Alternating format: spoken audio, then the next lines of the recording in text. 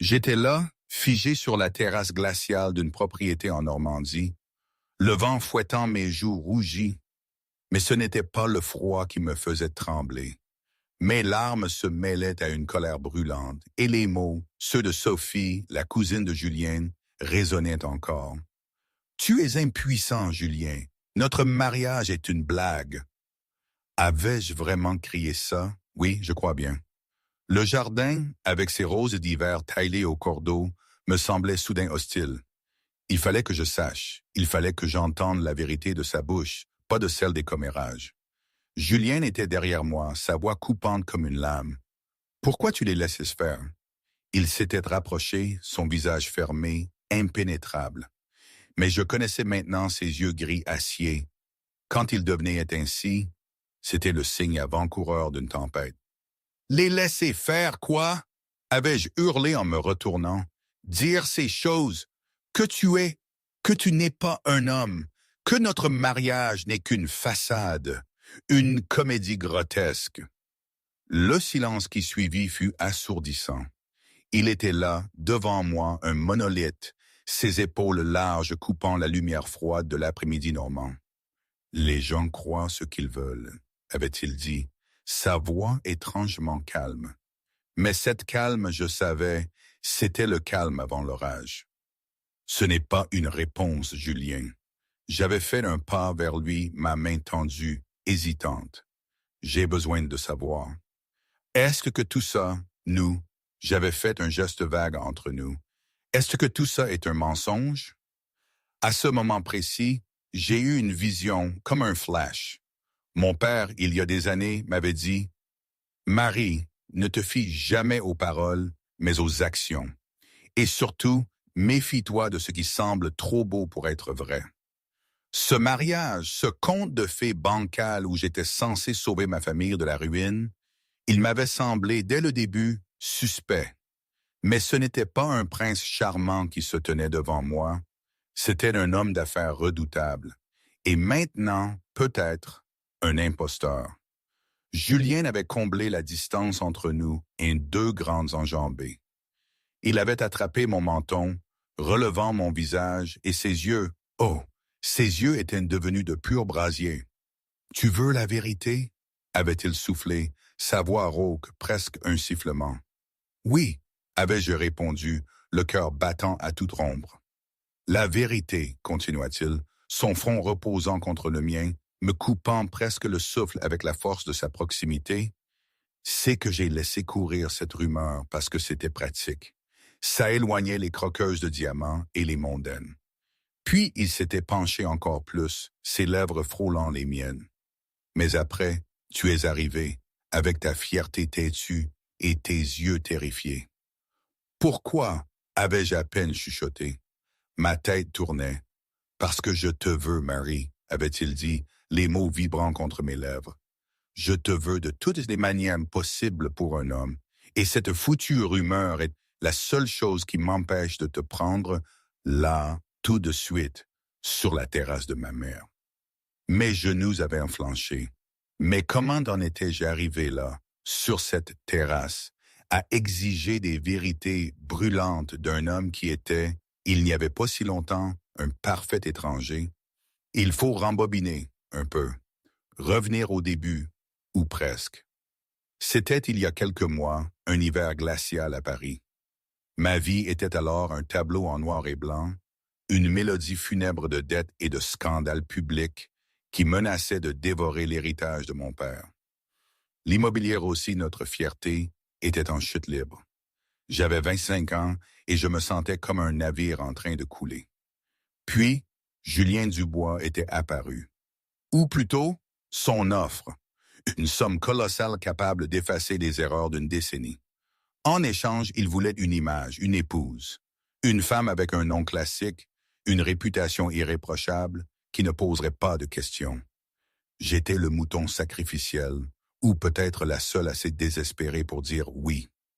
La cérémonie de mariage elle-même, celle dont tout le monde parle et dont j'ai si peu de souvenirs nets, elle fut un flou, une séquence d'images ralenties, de bruits feutrés.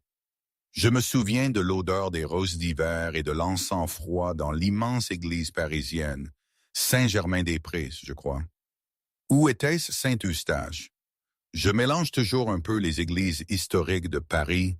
Elles se ressemblent tellement avec leurs vieilles pierres. Bref, l'air y était glacial. J'avais répété mes vœux des heures devant le miroir, et ma voix, bien que mécanique, était sortie stable. Ses mots à lui, quand il avait dit oui, avaient sonné comme un serment immuable, gravé dans le marbre. Ses doigts longs et fermes, tenant le stylo pour signer l'acte, avaient effleuré les miens. Un choc, une décharge électrique que j'avais ressentie jusque dans mes os. Mon corps avait réagi bien avant mon cerveau et je n'avais pas compris pourquoi. C'était la première fissure dans ma certitude. Mon cousin Pierre, toujours au courant des potins les plus sordides, m'avait glissé l'information cruciale lors d'un déjeuner houleux, la semaine même où l'accord avait été conclu. Ils disent que son accident d'il y a quelques années l'a laissé endommagé, m'avait-il murmuré, en baissant la voix comme si les murs avaient des oreilles. Physiquement brisé, il ne peut pas, tu vois. Une vague de soulagement m'avait submergé alors. Brisé, cela signifiait qu'il ne me toucherait pas. Il n'attendrait aucune intimité.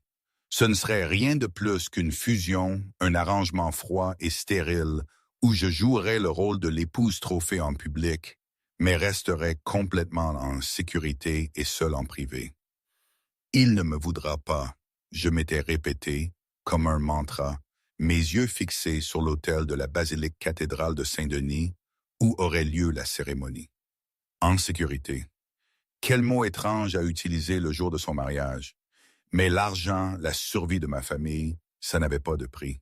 Mais lui, quand j'avais relevé mon voile et que nos regards s'étaient croisés, je n'avais pas vu un homme brisé. Julien Dubois était l'antithèse de la fragilité. Il était immensément grand, avec une prestance qui criait l'autorité absolue. Son visage n'était qu'angle vif, une mâchoire qui aurait pu couper du verre, et des yeux qui semblaient sonder mon âme sans effort. Une énergie presque animale émanait de lui, faisant battre mon cœur à toute vitesse, et je ne savais pas si c'était la peur ou quelque chose d'autre, de plus troublant. L'accident, la rumeur, je me cramponnais à cette idée comme à une bouée de sauvetage. Ce n'était qu'une transaction. J'étais en sécurité. Mais cette sécurité avait un goût amer, et son regard, alors qu'il signait l'acte de mariage, me faisait me sentir étrangement nu, exposé. Si c'était vrai, alors pourquoi son regard me faisait-il me sentir si incroyablement désiré, presque convoité? Ça, Pierre ne me l'avait pas dit. Personne ne me l'avait dit. La réception. Elle fut un tourbillon. Un salon privé d'un grand hôtel parisien, le Ritz ou le Crillon, je ne sais plus. Tout en verre dépoli et orchidées blanches, un étalage de richesse pour éblouir les quelques centaines d'invités. J'ai souri jusqu'à ce que mes joues me fassent mal, serré des mains d'investisseurs que je ne connaissais pas, jouant le rôle de la jeune mariée rougissante. Julien était de mon ombre, silencieux, imposant. Il saluait des rivaux commerciaux, mais ne s'éloignait jamais de plus d'1 mètre de moi.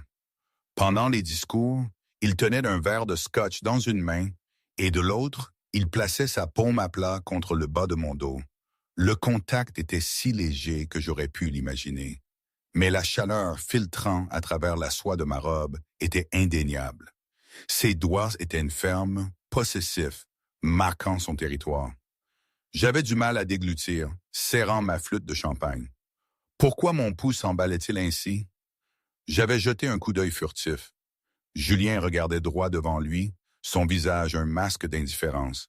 Mais sa main n'avait pas bougé. Et il savait exactement ce qu'il me faisait ressentir. « Tu tiennes le coup ?» Sa voix était un murmure grave, juste contre mon oreille, son souffle chaud caressant ma nuque. J'avais réprimé un frisson. « Je vais bien », avais-je répondu, un peu trop vite. « Tu es sûr ?» Il avait incliné la tête, ses yeux gris glissant pour piéger les miens. « Juste fatigué », avais-je menti. Il ne m'avait pas contredite, Il avait juste maintenu mon regard avec cette intensité dérangeante, me regardant comme s'il lisait les petites lignes d'un contrat. J'avais détourné les yeux, mon cœur trébuchant. Il est puissant. Il est beau. Pourquoi est-ce que ça me semble si dangereux? La nuit s'était dissoute dans une brume de flash et de rires forcés. Quand la voiture était enfin arrivée pour nous emmener, Julien m'avait guidé jusqu'à la banquette arrière, sa main brûlant toujours comme une marque sur le bas de mon dos. Dans la limousine, le silence était lourd. Je fixais les lumières floues de Paris. Julien était immobile, ses jambes légèrement écartées, occupant l'espace avec une arrogance désinvolte. « Tu étais sublime aujourd'hui », avait-il dit soudain. J'avais sursauté. Julien ne me regardait pas. Il observait la ville défiler. Mais son ton, calme, factuel, m'avait fait remuer l'estomac. « Merci », avais-je murmuré. Il s'était finalement tourné vers moi, ce fantôme de sourire revenant. Pas besoin de remerciements, c'est un fait. Mon cœur avait claqué contre mes côtes. Il ne me touchera pas, je m'étais rappelé désespérément. Les rumeurs, sa blessure, ce n'est que du business. Mais Julien avait alors changé de position, se penchant juste 1 centimètre plus près dans l'obscurité de l'habitacle, et j'avais réalisé quelque chose de terrifiant. Je n'étais plus sûr de vouloir que les rumeurs soient vraies. La suite Penthouse était obscène. Salles en marbre italien, vue panoramique sur la ligne d'horizon, et un lit immense de râpé de drap qui semblait me coûter plus cher que mon éducation. La pièce sentait le parfum cher et le pouvoir, comme Julien. J'étais entré la première, agrippant mon sac comme un bouclier. Des roses rouges partout, une bouteille de champagne millésimée refroidissant dans un seau d'argent. C'était la scène parfaite pour une nuit de noces passionnée, sauf que ce n'était pas réel.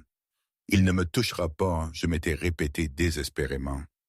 Julien était entré derrière moi, verrouillant la lourde porte. Le clic avait résonné comme un coup de feu. Il avait ôté sa veste de smoking avec des mouvements lents et fluides, la drapant sur une chaise, puis il avait commencé avec ses poignettes de chemise, roulant les manches blanches jusqu'à ses coudes. Je ne pouvais pas détourner le regard. Ses avant-bras étaient épais de muscles, sillonnés de veines qui laissaient deviner une force redoutable. Ses mains, celles qui avaient brûlé mon dos toute la nuit, étaient grandes et capables. Pour un homme censé être brisé, il a l'air... J'avais coupé la pensée. « À boire ?» avait demandé Julien, brisant le silence. « Non, merci. » Ma voix avait couiné. Il avait haussé un sourcil mais n'avait pas insisté. Il s'était versé un verre, prenant une lente gorgée tout en me regardant par-dessus le bord. Il ne clignait pas des yeux, il analysait. « Tu trembles », avait-il déclaré. Ce n'était pas une question.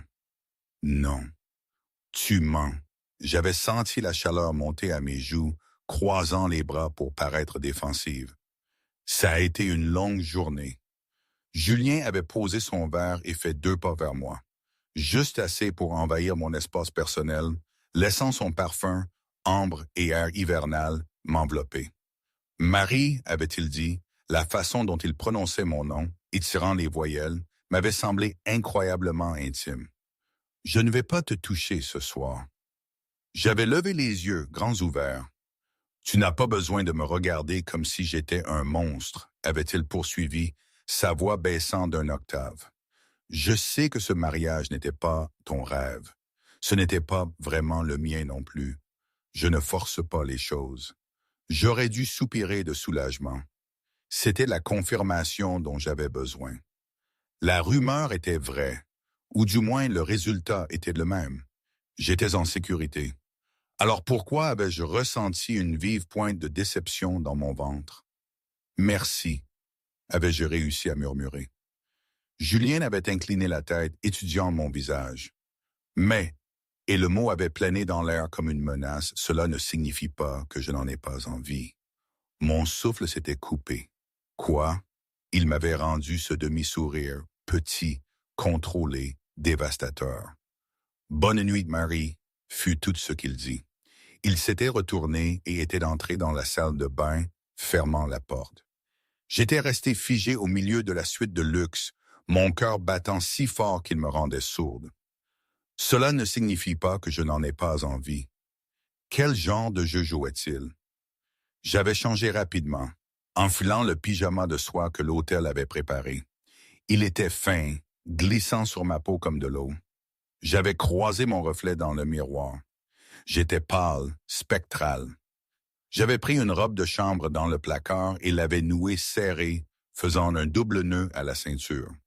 Quand la porte de la salle de bain s'était ouverte, j'étais assise sur le bord du lit, fixant mes mains. Julien était sorti. Il ne portait qu'un pantalon de pyjama noir taille bas. J'avais failli m'étouffer. Mon Dieu, il n'était pas brisé. Il était sculpté dans le granit. Une poitrine large, des abdominaux définis, le genre de définition musculaire qui demande des années de discipline. Une traînée de poils sombres disparaissait sous la ceinture de son pantalon. J'avais forcé mes yeux à regarder ailleurs, mais l'image était gravée dans mon cerveau. Je t'ai vu regarder. Sa voix était grave, teintée d'amusement. Problème? Non, avais-je couiné, le visage en feu. Il s'était dirigé vers le lit avec la grâce d'un prédateur, tirant la couette de l'autre côté. Il s'était allongé, un bras derrière la tête, me regardant. « Tu dors avec la robe de chambre? » avait-il demandé. « J'ai froid, avais-je menti. » Non. Je l'avais ignoré, m'allongeant sur le bord extrême du matelas, pratiquement suspendu au-dessus du sol pour me tenir éloigné de lui.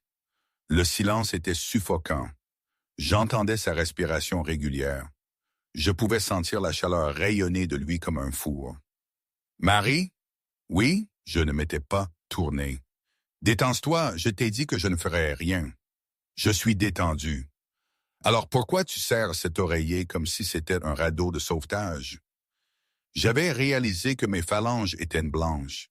J'avais lentement relâché ma prise. « Bonne nuit, Julien. »« Bonne nuit, mon épouse. » La façon possessive dont il avait prononcé ce dernier mot m'avait fait tressaillir.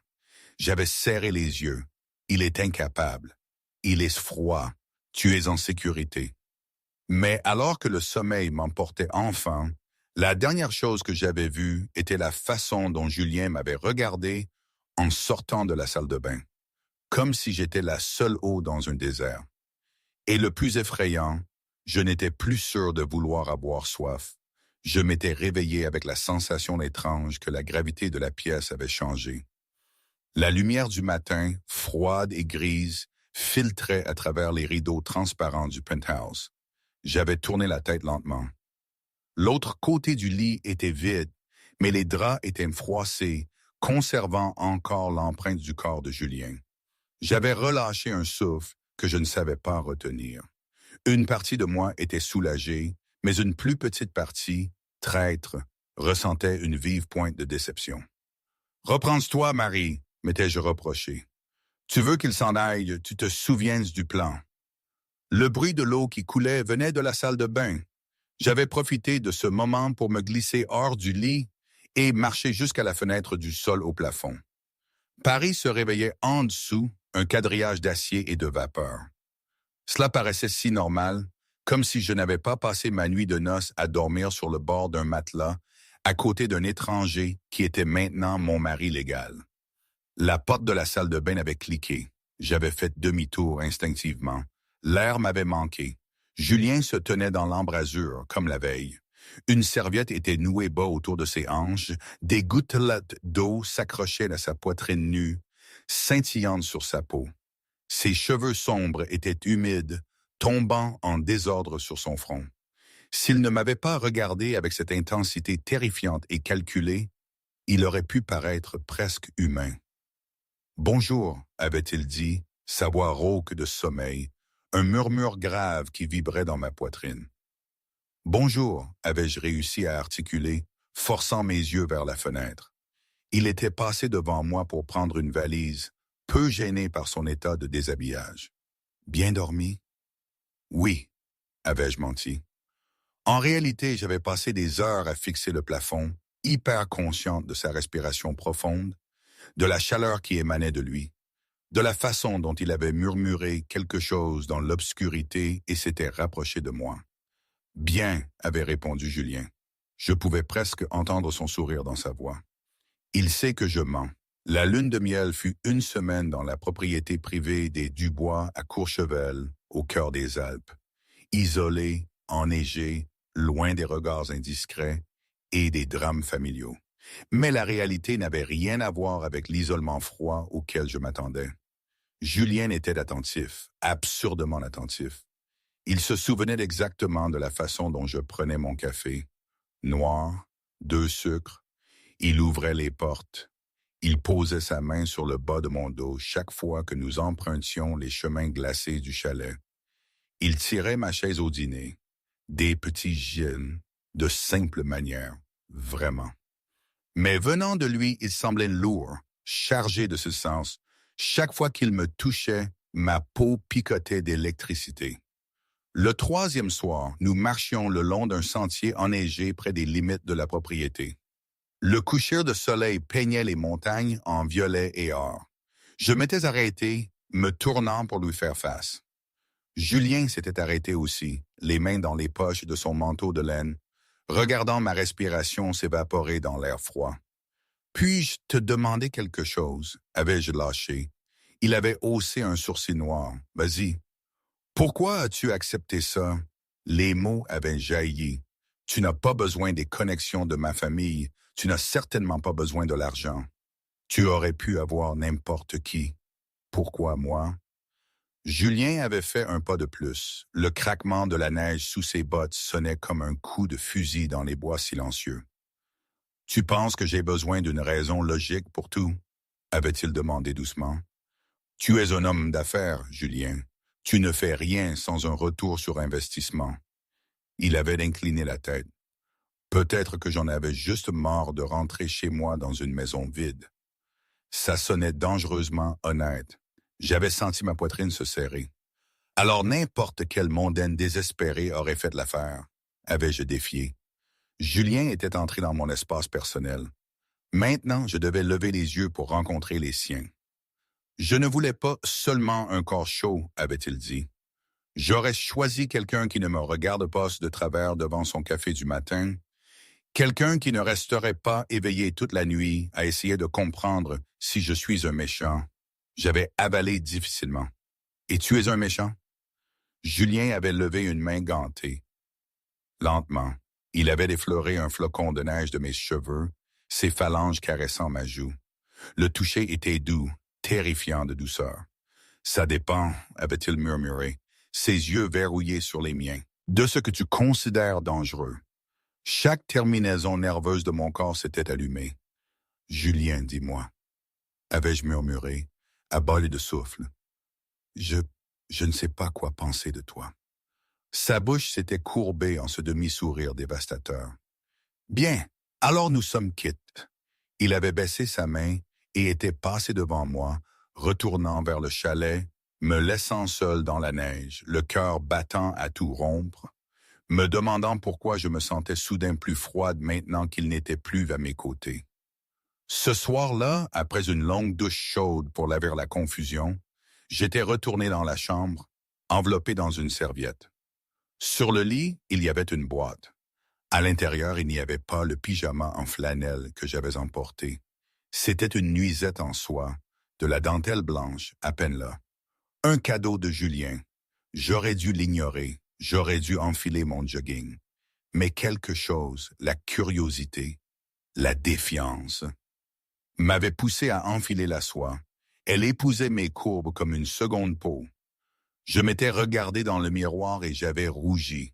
C'est fou, mais je ne l'avais pas enlevé. Lorsque j'étais entré dans le salon, Julien était assis près de la cheminée, un livre à la main. Il avait levé les yeux, le livre lentement abaissé sur ses genoux. Il n'avait pas bougé, mais j'avais vu sa mâchoire se serrer, ses phalanges blanchir alors qu'il serrait l'accoudoir en cuir. J'avais vu ses yeux s'assombrir, glissant sur mon corps, de l'ourlet de dentelle à mes épaules exposées. Avais-je commencé, mais ma voix s'était éteinte. Julien s'était levé lentement, comme un prédateur qui se déploie. Il n'avait pas dit un mot, Il avait juste regardé, et j'avais réalisé quelque chose qui me terrifiait. Je voulais qu'il brise sa règle. Je voulais qu'il traverse le tapis et me touche, de la même manière que ses yeux me touchaient dans cet instant.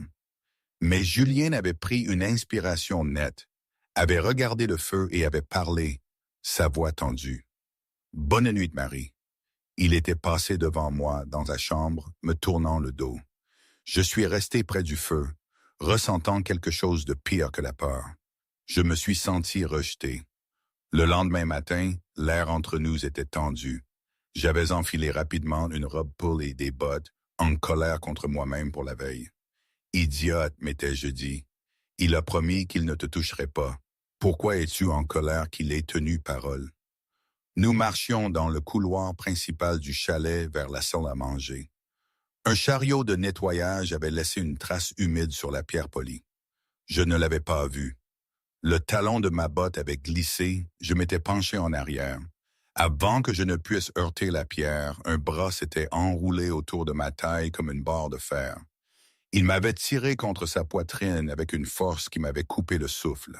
« Attention !» avait-il grogné contre mon oreille. J'étais plaqué contre lui. Je pouvais sentir le mur solide de sa poitrine, la chaleur de son corps brûlant à travers mes vêtements.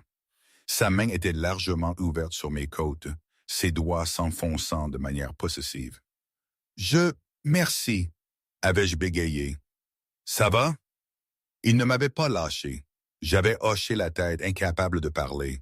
Sa prise s'était resserrée pendant une fraction de seconde, une étreinte qui semblait involontaire, avant qu'il ne me redresse lentement. Il m'avait relâché, mais sa main s'était attardée sur mon bras alors qu'il reculait. Ses yeux étaient d'un noir d'encre. « Fais attention où tu marches », avait-il dit, mais le ton n'était pas lié à la sécurité. C'était un avertissement. Le petit déjeuner fut une torture. Je piquais mes fruits, hyper consciente de Julien lisant les nouvelles sur sa tablette en face de moi. « Tu sembles distraite », avait-il remarqué sans lever les yeux. « Je réfléchis, c'est tout », avais-je claqué. « À quoi? À la raison pour laquelle tu trembles? » « Je ne tremble pas. » Julien avait posé sa tablette. « Tu es une terrible menteuse, Marie. Et tu es arrogant. » Il s'était penché au-dessus de la table. Le mouvement était prédateur. « Tes yeux disent la vérité. La façon dont tu te mords la lèvre quand tu es nerveuse dit la vérité. La façon dont ton souffle se coupe quand je m'approche. Ça dit vraiment la vérité. » J'avais rougi. « N'arrête pas de le nier, » m'avait-il interrompu, un sourire jouant sur ses lèvres. « J'aime savoir que je t'affecte. » Avant que je ne puisse lui jeter mon café au visage, il s'était levé. « Viens, prends ton manteau, je veux te montrer quelque chose. » Il m'avait emmené au garage de la propriété. Il y avait là une élégante motoneige noire. « Tu sais conduire ça? » avais-je demandé, sceptiquement. « Bien sûr. » Monter fut maladroit. Julien s'était assis à l'avant. « Monte derrière moi », avait-il ordonné. J'avais hésité puis j'avais enjambé le siège derrière lui. Il n'y avait pas de poignée à l'arrière. « Accroche-toi à moi », avait-il dit par-dessus son épaule. J'avais timidement attrapé le tissu de sa veste. « Marie », avait-il soupiré, « accroche-toi ou tu t'envoleras au premier virage. » Il avait attrapé mes mains et les avait enroulées fermement autour de sa taille, tirant ma poitrine contre son dos. « Tu sens ça ?» avait-il crié par-dessus le rugissement du moteur alors qu'il s'élançait dans la neige. Je ne savais pas s'il parlait de la machine ou du martèlement de son cœur contre mes paumes. J'avais enfoui mon visage dans son épaule, m'accrochant à lui tandis qu'il traversait le paysage blanc. Il s'était arrêté sur un lac gelé, à des kilomètres de la maison. Le silence était absolu. « Tu veux conduire ?» avait-il demandé. « Je ne sais pas comment. »« Viens ici. » Il m'avait tiré à l'avant du siège, se plaçant derrière moi. Il m'avait effectivement encerclé de ses bras, passant les siens autour des miens pour attraper le guidon. « Tu me fais confiance ?» avait-il murmuré contre mon oreille. Je pouvais à peine respirer. Sa poitrine était un mur solide contre mon dos, son menton caressait mon épaule. Je pouvais sentir la chaleur de ses cuisses en serrant les miennes. « Je te fais confiance », avais-je murmuré. Et j'avais réalisé que c'était vrai. Pendant 1 heure, nous avions roulé dans l'air froid, mais j'étais en feu. Chaque virage exigeait que nous nous penchions ensemble. Chaque bosse nous pressait plus près. Quand nous étions retournés au chalet, le soleil se couchait. J'étais allé prendre une douche, l'esprit en ébullition. J'avais enfilé un pyjama plus sûr et plus modeste, et j'étais sorti sur la terrasse. Julien était là, appuyé sur la balustrade, torse nu malgré le froid glacial. Juste un jogging. Le coucher de soleil rendait sa peau bronze. J'aurais dû faire demi-tour. Au lieu de cela, j'étais allé vers lui. Julien, avais-je dit. Il ne m'avait pas regardé. Marie, il faut que tu comprennes quelque chose. J'avais vu le muscle de sa mâchoire sauter. Quoi? J'ai promis que je ne te toucherais pas, avait-il dit d'une voix grave, et je tiens parole. Il s'était tourné vers moi, ses yeux étaient sauvages. Mais tu dois arrêter de me regarder comme ça. Comme quoi, avais-je chuchoté, comme si tu voulais que je brise cette promesse. Mon cœur avait frappé contre mes côtes.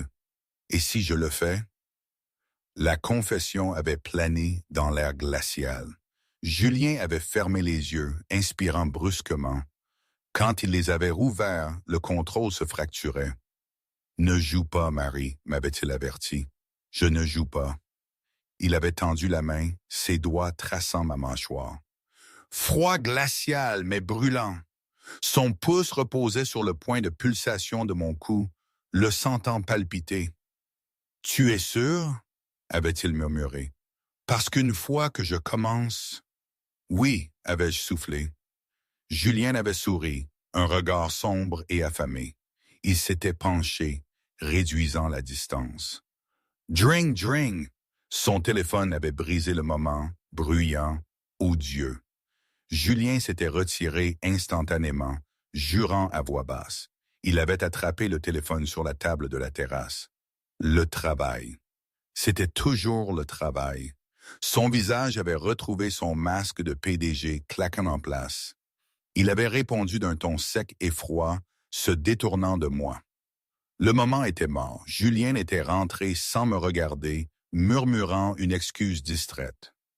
Je suis resté seul sur le balcon, frissonnant, avec une douleur creuse dans la poitrine. « Attendez, je dois faire une pause ici. » Ça, toute cette situation avec Julien.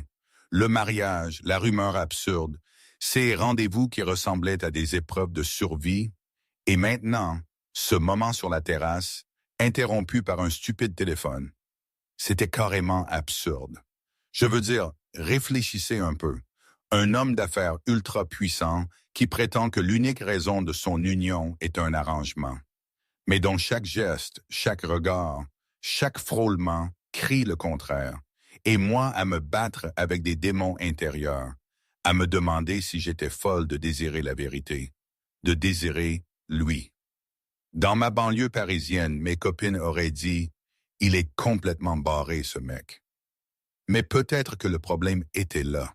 Peut-être que c'était trop réel pour être vrai, trop intense pour que mon cerveau puisse l'encaisser. Je ne sais toujours pas ce que j'aurais dû faire. Croire aux rumeurs ou à mes propres sens, c'était un vrai dilemme de gamine, mais avec des conséquences pour une femme. C'était un chaos complet, une partition de sentiments dissonants. Enfin bref, revenons à nos moutons. La lune de miel s'était terminée trop vite. Retourner à Paris, cette ville bruyante, sale et exigeante, m'avait semblé comme me réveiller d'un rêve fiévreux. La première obligation à l'ordre du jour, un brunch au domaine des Dubois, une grande propriété sur les bords de la Seine, pas très loin de Giverny. Madame Dubois, la mère de Julien, avait demandé notre présence. Ce n'était pas une invitation, c'était une convocation. Le manoir était une forteresse, marbre froid, œuvre d'art inestimable et des gens qui semblaient vous juger pour le simple fait de respirer. « Respire », avait murmuré Julien, alors que nous montions les marches, sa main trouvant le bas de mon dos. Son contact était la seule encre que j'avais. Madame Dubois nous avait accueillis avec des baisers en l'air qui n'effleuraient pas la peau. « Bienvenue dans la famille, ma chère. J'espère que Julien n'a pas travaillé toute la lune de miel. Le sarcasme était subtil, mais il m'avait frappé. Il était parfait, avais-je menti, souriant à travers mes dents. C'est là que j'ai entendu les murmures. J'étais près du buffet quand une voix a flotté derrière une fougère. C'était évidemment pour l'argent, la famille Rossi est en faillite, tu sais. J'avais glacé. C'était Sophie, la cousine de Julien, une femme qui portait trop de diamants. Eh bien, elle a trouvé le bon mari pour un faux mariage, avait gloussé une autre voix, une de ces dames du monde dont j'oublie toujours les noms. Au moins, Julien ne la dérangera pas dans la chambre, si tu vois ce que je veux dire. Chut. Mais honnêtement, elle doit être soulagée. Elle reçoit le chèque sans les corvées. Des rires cruels avaient suivi. J'avais serré ma flûte de champagne si fort que la tige s'était cassée. Mince, avais-je sifflé, le champagne coulant sur ma main. Marie, Julien était apparu à mes côtés instantanément. Tu saignes. Son visage était marqué d'inquiétude, mais j'avais retiré ma main. J'ai besoin d'air, avais-je suffoqué. J'avais couru vers les portes de la terrasse, ignorant les marches à l'extérieur. L'air froid m'avait frappé au visage, mais il n'avait pas arrêté les larmes d'humiliation. Il pense qu'il est brisé.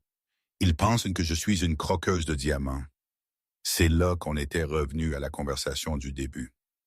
Alors, montre-moi, avais-je supplié, mes genoux toujours faibles, les mots accrochés à ses lèvres comme des lucioles affolées. Julien, ses yeux flamboyants, avait glissé sa main dans mes cheveux, les serrant fermement.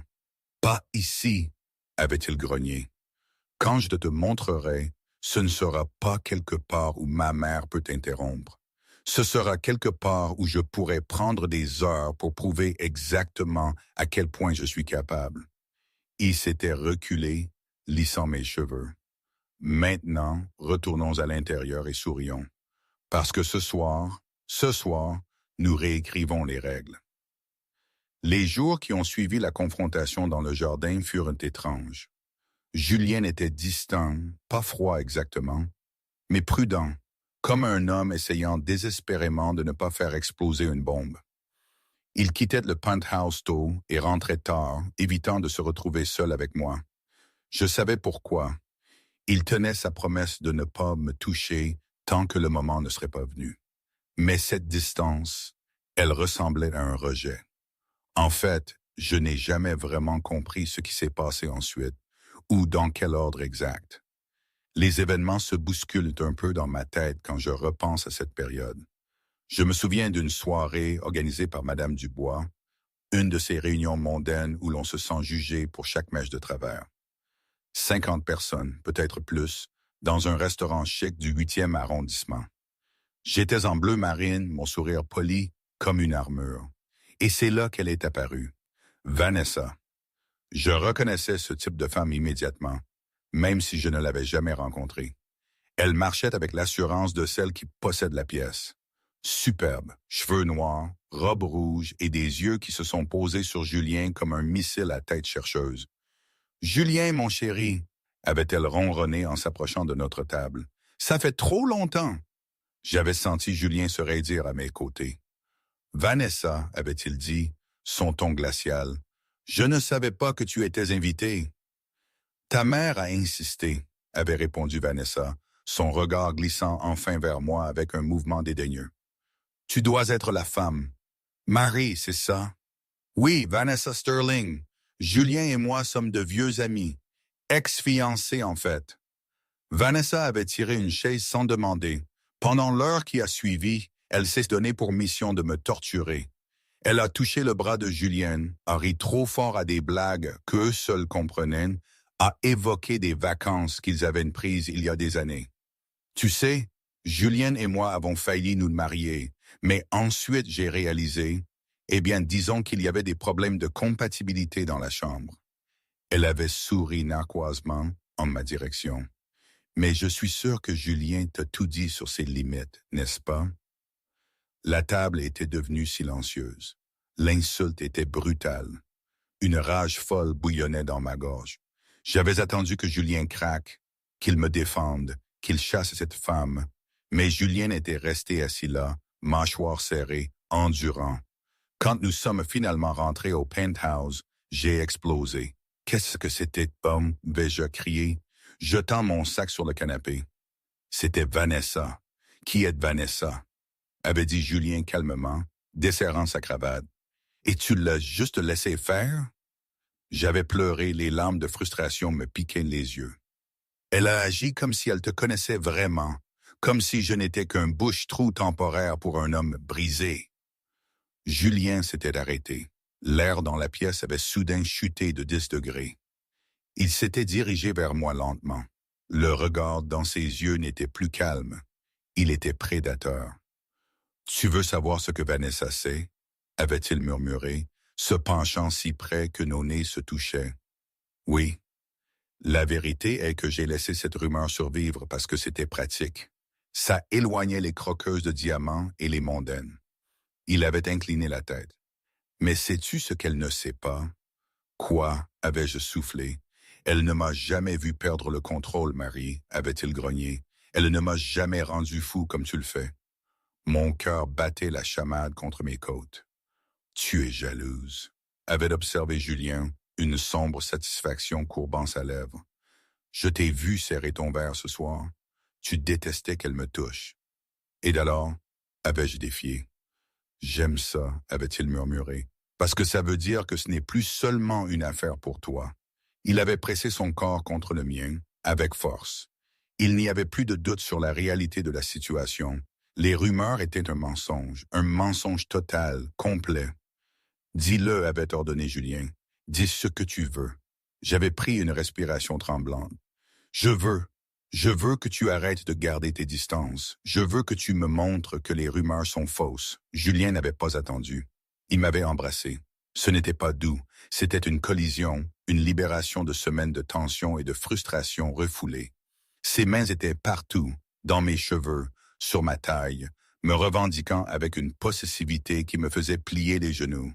Ça, avait grogné Julien contre mes lèvres, ce n'est que le début. Cette nuit-là, Julien Dubois avait brisé toutes les rumeurs, tous les doutes et toutes les défenses qui me restaient. Il avait pris son temps, adorant mon corps avec une concentration terrifiante, prouvant à chaque toucher qu'il n'était pas brisé. Il n'avait fait que m'attendre. Les semaines suivantes furent un flou de bonheur. Le contrat fut oublié, le penthouse était devenu un foyer. Julien rentrait tôt. Il m'envoyait des messages pendant les réunions. Il me touchait constamment. Une main sur mon genou au dîner, un baiser sur la tempe avant de partir au travail. Un soir, sur le balcon, Julien m'avait entouré de ses bras et avait avoué la vérité. « Je suis tombé amoureux de toi, petit, » avait-il murmuré dans mes cheveux. Je ne sais pas quand. Peut-être à l'hôtel, peut-être quand tu m'as crié dessus dans la neige. Mais je t'aime, Marie. Ce n'est plus un accord pour moi, c'est ma vie. Je t'aime aussi, avais-je pleuré. Je t'aime tellement. Nous étions heureux. Nous étions en sécurité, jusqu'à ce que la sonnette retentisse. C'était un vendredi matin. Julien était au bureau, j'avais ouvert la porte et j'avais trouvé Vanessa debout là, tenant une enveloppe en papier craft. « Vanessa, » avais-je dit, essayant de garder ma voix stable. « Julien n'est pas là. » « Je sais, » Vanessa avait souri, entrant sans y être invitée. « Je suis venu te voir. » Elle avait regardé autour du penthouse. Il a redécoré. Dommage, j'aimais bien le cuir noir. « Qu'est-ce que tu veux? » « Te faire gagner du temps. » Vanessa m'avait tendu l'enveloppe. « Ouvre. » À l'intérieur, il y avait des photos. Des photos haute résolution de Julien et Vanessa dans un café, dans une voiture, une où la main de Vanessa était sur le visage de Julien. Les dates estampillées dans le coin dataient d'il y a 3 semaines, après le mariage, avant notre réconciliation. Nous ne nous sommes jamais vraiment séparés, avait menti Vanessa, l'air serein. Nous avons juste fait une pause pour qu'il puisse sécuriser la fusion avec ta famille. Il m'a dit qu'il t'aimait pour te garder heureuse jusqu'à ce que les contrats soient finalisés. Il m'appelle chaque fois qu'il quitte la maison. « Tu mens, » avais-je murmuré. « Vraiment? » Elle m'a rencontré 2 fois la semaine dernière. Demande-lui, Vanessa avait souri narquoisement. C'est un homme d'affaires, ma chère. Tu étais une transaction. Je suis l'amour de sa vie. Vanessa était partie, me laissant brisé par terre avec les photos. Quand Julien était rentré ce soir-là, il m'avait trouvé sur la terrasse, fixant l'horizon. Les photos étaient éparpillées sur la table. Marie, il s'était dirigé vers moi. Qu'est-ce qui ne va pas? Je ne m'étais pas tourné. Vanessa était là. Julien s'était figé. Qu'est-ce qu'elle a dit? Elle m'a dit que tu essayais de rompre avec elle. Elle dit que tu la vois toujours. J'avais brandi une photo. Il y a 3 semaines, Julien. Pendant que tu dormais dans la chambre d'amis, tu la rencontrais? Marie, ce n'est pas ce que tu penses. Alors qu'est-ce que c'est? Parce que ça ressemble à ce que tu laisses toutes tes options ouvertes. Je l'ai rencontré pour lui dire que c'était fini, avait crié Julien, la frustration débordant de lui. Je l'ai rencontré pour lui dire de rester loin de nous. Et tu n'as pas pensé à me le dire? Je ne voulais pas t'inquiéter. Elle dit que tu vas divorcer de moi une fois que l'argent sera encaissé. Avais-je sangloté? Elle dit que je suis temporaire. Tu la crois? Avait demandé Julien, sa voix se brisant. Je ne sais plus quoi croire. Il y a 3 mois, tu étais un étranger. J'avais reculé. J'ai besoin d'espace. J'ai besoin de temps pour réfléchir. J'avais vu la lumière s'éteindre dans les yeux de Julien. Il avait l'air dévasté, mais il avait hoché la tête. D'accord, avait-il murmuré. Je dormirai dans la chambre d'amis. Mais Marie, rien de ce qu'elle a dit n'est vrai. Tu es la seule chose réelle dans ma vie. 3 jours de silence, 3 jours à dormir dans un lit froid. Le 3e matin, je m'étais réveillé et j'avais regardé la ville. Et soudain, le brouillard s'était dissipé. J'avais pensé à Julien, pas à l'homme d'affaires, mais à l'homme qui me préparait du café, à l'homme qui me tenait la main quand je faisais des cauchemars, à l'homme qui m'avait regardé avec une pure révérence chaque jour. Vanessa m'avait montré des photos de rendez-vous. Mais Julien, lui, m'avait donné sa vie. Je suis une idiote, avais-je réalisé. J'ai laissé une ex-jalouse gagner.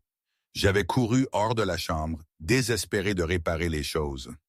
Le penthouse était calme, trop calme. Julien, j'avais vérifié la cuisine. Vide. J'avais vérifié le bureau. Vide. Puis j'avais entendu un bruit venant du balcon. Je m'étais dirigé vers les portes vitrées. Julien était appuyé sur la balustrade, tête baissée, épaules tremblantes. Il serrait la barre métallique si fort que ses phalanges étaient blanches. Il pleurait. Le puissant Julien Dubois, le PDG glacial, pleurait silencieusement au-dessus de la ville. Julien, avais-je murmuré. Il s'était retourné frénétiquement, essuyant son visage. Ses yeux étaient rouges, écorchés par l'épuisement. « Je ne savais pas que tu étais réveillé », avait-il râlé. « Je vais bien. » « Non, tu ne vas pas bien. J'étais entré sur le balcon. »« Et c'est de ma faute. » »« Non, avait-il argumenté. J'aurais dû te parler des rendez-vous.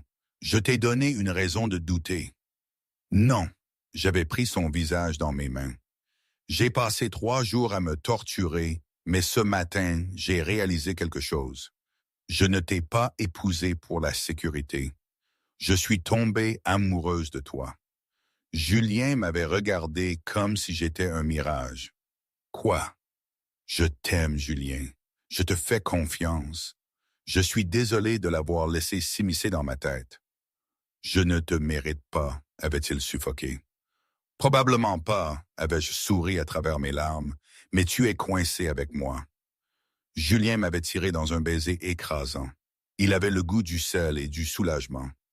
Je ne l'ai jamais aimé, avait-il juré contre mes lèvres. Tu es ma maison, tu es mon havre de paix. Il s'était reculé, l'air farouche.